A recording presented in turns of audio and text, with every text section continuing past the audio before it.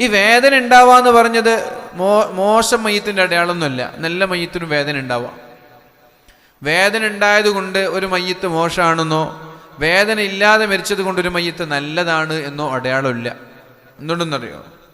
ഹബീബായ നബി തങ്ങൾ പറഞ്ഞു, അള്ളാഹുവിന് ഒരാളോട് ഇഷ്ടം തോന്നിയാൽ അള്ളാഹു അയാൾക്ക് രോഗം തരും. ഒരാൾക്ക് ഇഷ്ടം തോന്നിയാൽ അയാൾക്ക് രോഗം തരും. ആ രോഗത്തിന്റെ സമയത്ത് അയാൾ ക്ഷമിച്ച് പിടിച്ചു നിൽക്കും, അള്ളാഹുവിനെ ശുക്ർ ചെയ്യും, അള്ളാഹുവിന് സ്തുതിക്കും, അൽഹംദുലില്ലാ പറയും. ആ രോഗത്തിന്റെ കാലയളവിൽ അയാളുടെ സർവ്വ പാപങ്ങളും അള്ളാഹു പുറത്തു കൊടുക്കും. എന്നിട്ട് അയാൾ മരിക്കുന്ന സമയമാകുമ്പോൾ അയാൾക്കൊരു സ്ഥാനം നൽകണമെന്ന് അള്ളാഹു തീരുമാനിച്ചിട്ടുണ്ട്. പക്ഷേ മരിക്കുന്ന സ്ഥാനമാകുമ്പോൾ, സമയമാകുമ്പോൾ അള്ളാഹു ഉദ്ദേശിച്ച ഒരു സ്ഥാനത്തേക്ക് പ്രമോഷൻ അയാൾക്ക് കിട്ടിയില്ല. അപ്പൊ അള്ളാഹ് എന്താന്ന് ചെയ്യുന്നറിയോ?